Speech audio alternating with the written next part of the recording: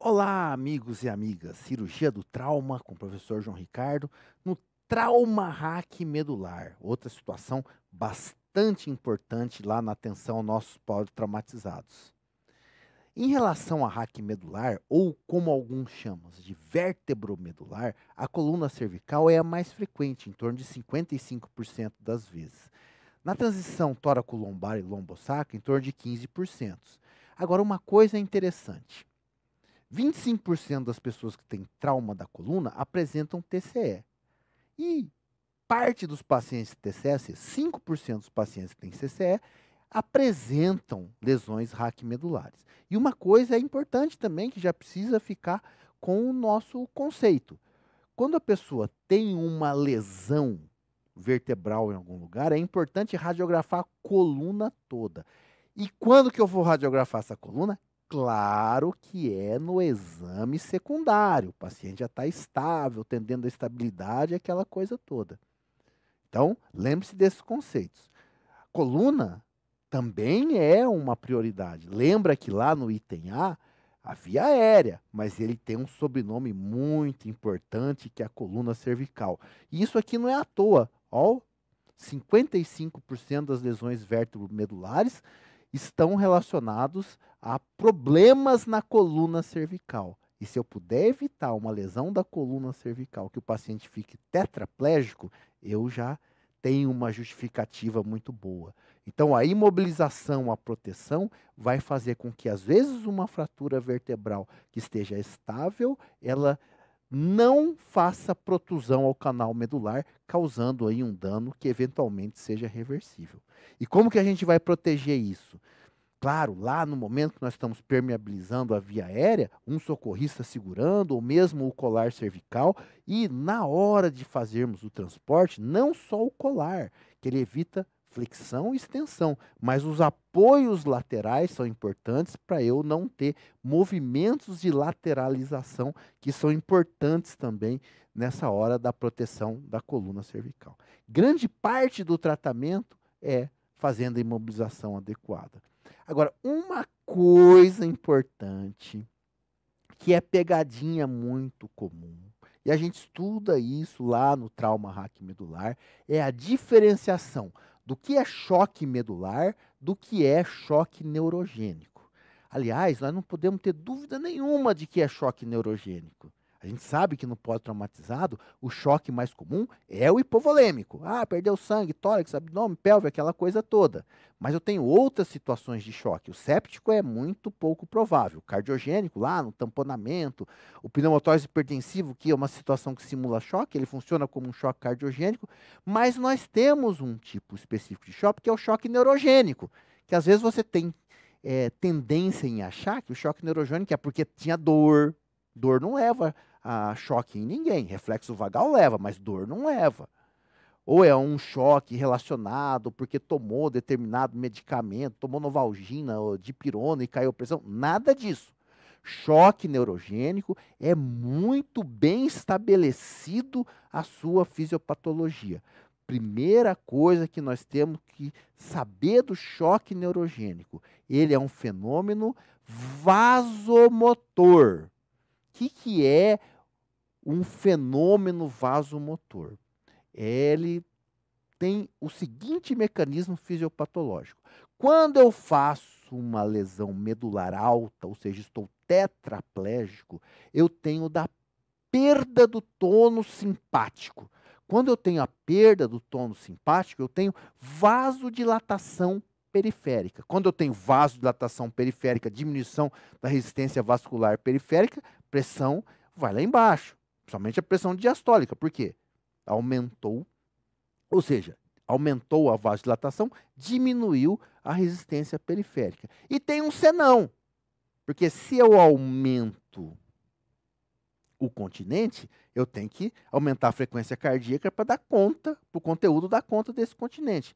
Mas o bloqueio simpático faz com que o nosso amigo coração não compense. Então, o que a gente observa no paciente com choque neurogênico? É aquele tetraplégico que está hipotenso e com a frequência cardíaca baixa, bradicardia ou normal.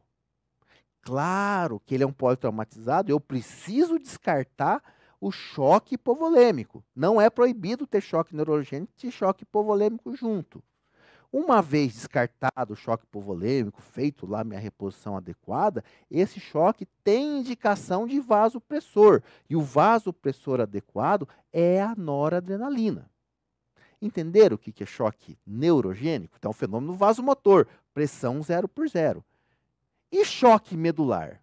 Choque medular, a gente precisa entender como ele é um fenômeno local da medula.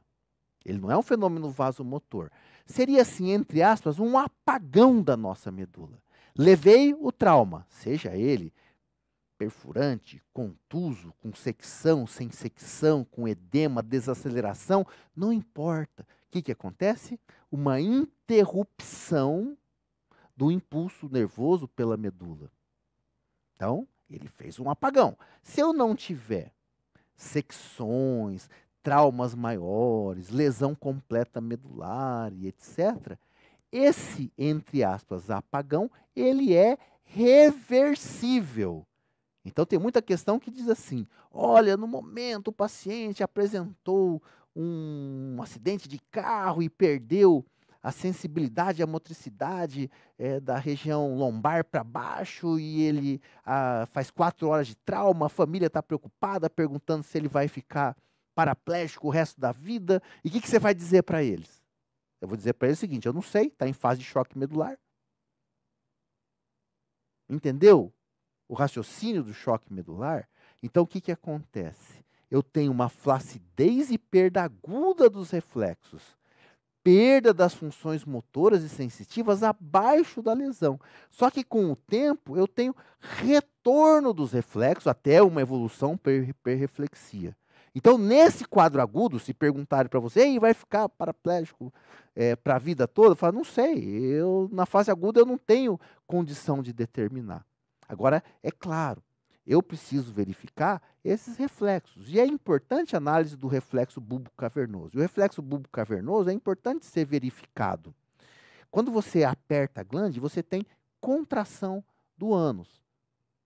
Quando você for passar a sonda vesical lá no politraumatizado, não é importante fazer o toque retal, somente nos homens, para você ver o reflexo, você pode perceber dessa. Ou então, quando você passou a sonda, você dá uma tracionadinha na sonda e você tem contração do ânus. Então, a perda do reflexo bulbo-cavernoso significa que você não tem impulso nervoso para baixo. Agora, lembra de uma coisa. Quando eu estou falando de choque medular, perda de sensibilidade, coisa, eu estou falando lá de exame secundário. Meu ABCDE já está resolvido. Diferente do choque neurogênico, que o paciente está hipotenso e tal, eu já preciso resolver lá no item C do exame primário. Vocês já repararam como eu sou píssico com esse negócio de exame primário e exame secundário?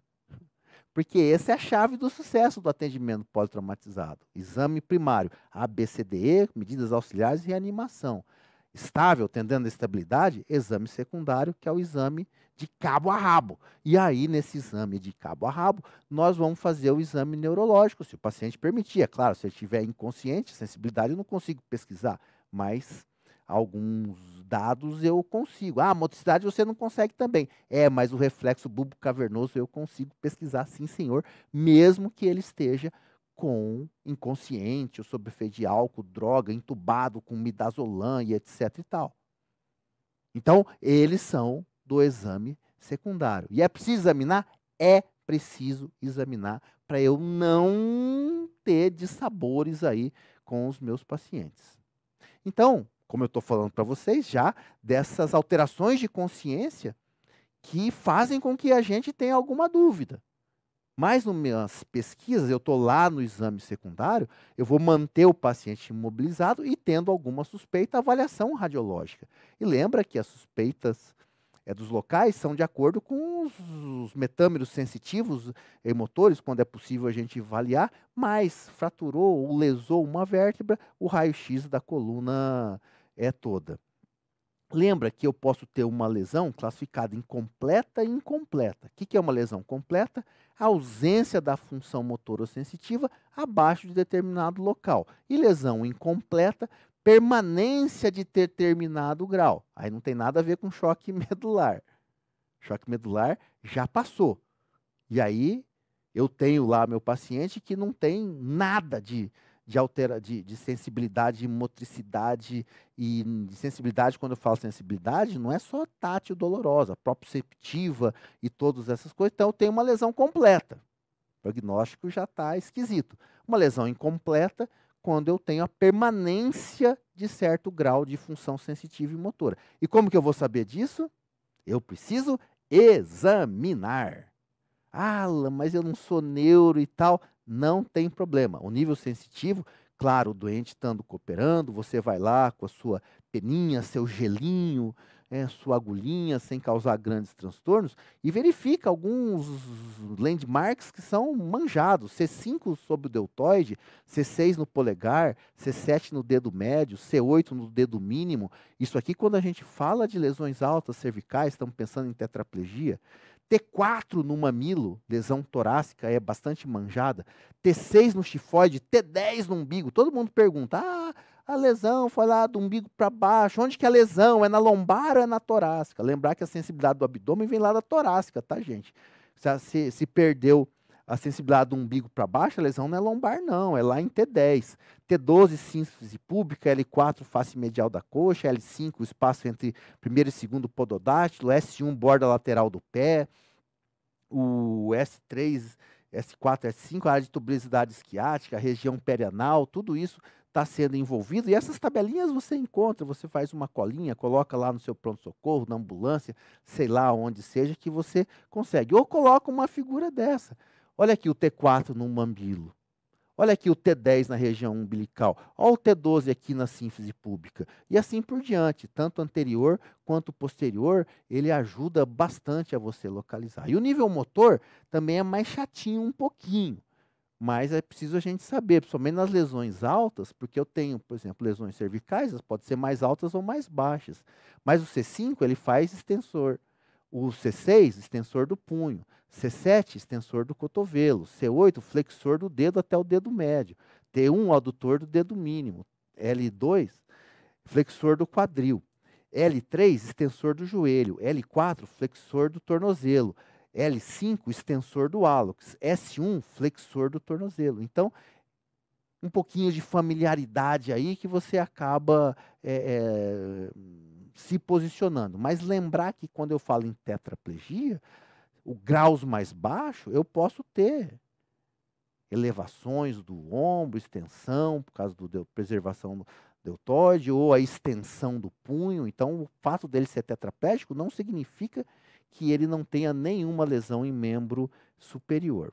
E o grau que a gente consegue movimentar tem uma graduação interessante também, que é os achados do exame e a gente colocar em graduação de score, de mais baixo para mais alto. Então, no A, eu tenho paralisia total, lesão completa. Agora, se eu tenho contrações visíveis, grau 1, movimentação eliminada à força da gravidade, movimentação contra a força da gravidade, movimentação com força muscular diminuída, eu tenho lesões, eventualmente, lesões parciais. E o 5, a força normal. Isso vai ser bastante importante. Uma dica, como hoje em dia a atenção é muito multidisciplinar, quem é craque em fazer isso são os fisioterapeutas. Mas a gente precisa ter um conhecimento disso. A avaliação radiológica é importante. As primeiras edições do programa TLS diziam que era raio-x tórax, pelve e coluna em perfil. Aqui a gente vê retificado, porque provavelmente está com muita dor ou com colar cervical.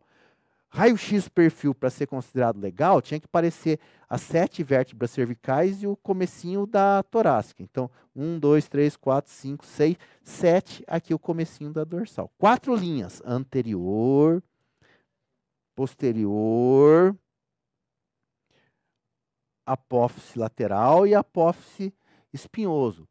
Se a gente tivesse alguma perda da continuidade dessas linhas, opa! Isso aí significa fratura. E olha só, mandado para trás. Se a gente pede o raio-x lateral e vê quarta, que não vê as vértebras últimas, posição do nadador, levantando aqui, o técnico de raio-x sabe fazer isso. Você precisa enxergar todas as vértebras para não comer bola. Isso aí é bastante clássico.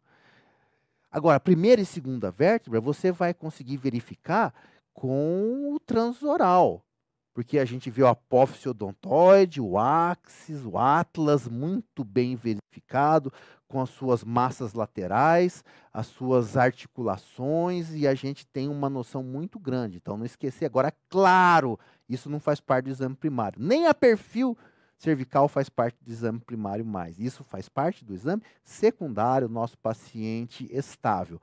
Precisamos radiografar a coluna toda. Olha só, fratura. A ressonância e a tomografia são legais também. A ressonância vê muito bem as partes moles, só que ela demora mais para fazer. Isso aqui é uma ressonância, ou a protusão vertebral de uma vértebra fraturada, achatada, para o canal medular. Então a ressonância é pródiga de ver isso. Mas as fraturas são muito melhores visualizadas pela tomografia. E a tomografia é mais rápida, é mais acessível nos hospitais. Olha só, uma tomografia confirma melhor uma lesão vertebral, não a intrusão no canal medular e o posicionamento da medula. Então a ressonância ela é mais demorada, ela tem maior visibilidade das partes moles, pouco utilizado nas fases iniciais. Lembra, até a tomografia, esses pacientes precisam estar estáveis, gente. Tomografia não é exame de paciente instável. Ressonância, então, eu diria que depois de muito bem avaliado para a gente colocar. E a conduta terapêutica? Ah, teve nosso TRM. Então, imobilização. Nós socorristas lá no atendimento inicial, nosso objetivo é não causar mais lesão. Então, colar cervical, apoio lateral, prancha longa. Lembra que a prancha longa não pode ficar a vida inteira também, causa escara, lesão. Corticoide. Aí vem uma celeuma e uma dúvida. As primeiras edições do ATLS diziam que metilprednisolona era legal e tal, e coisa. E depois não teve mais evidência científica de melhora. Então, o programa ATLS não recomenda corticoide para trauma raquimedular. Alguns serviços de neurologias ainda recomendam.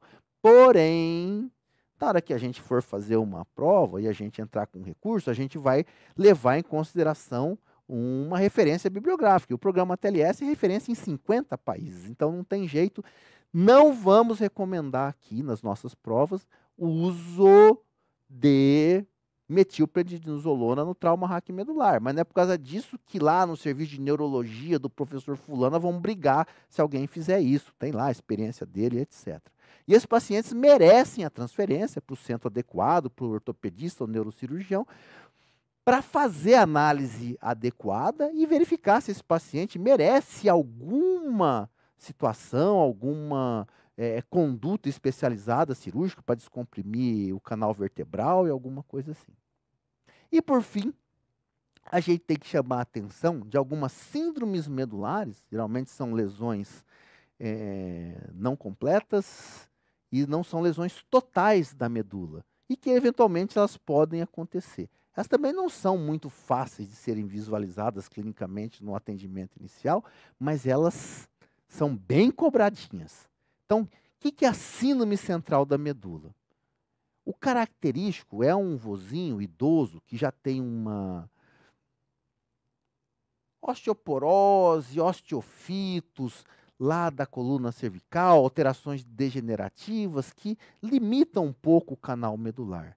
E ele faz uma hiperextensão e alguma situação dessa, e pela pouca distensibilidade, você tem um comprometimento vascular da área irrigada pela artéria vertebral anterior.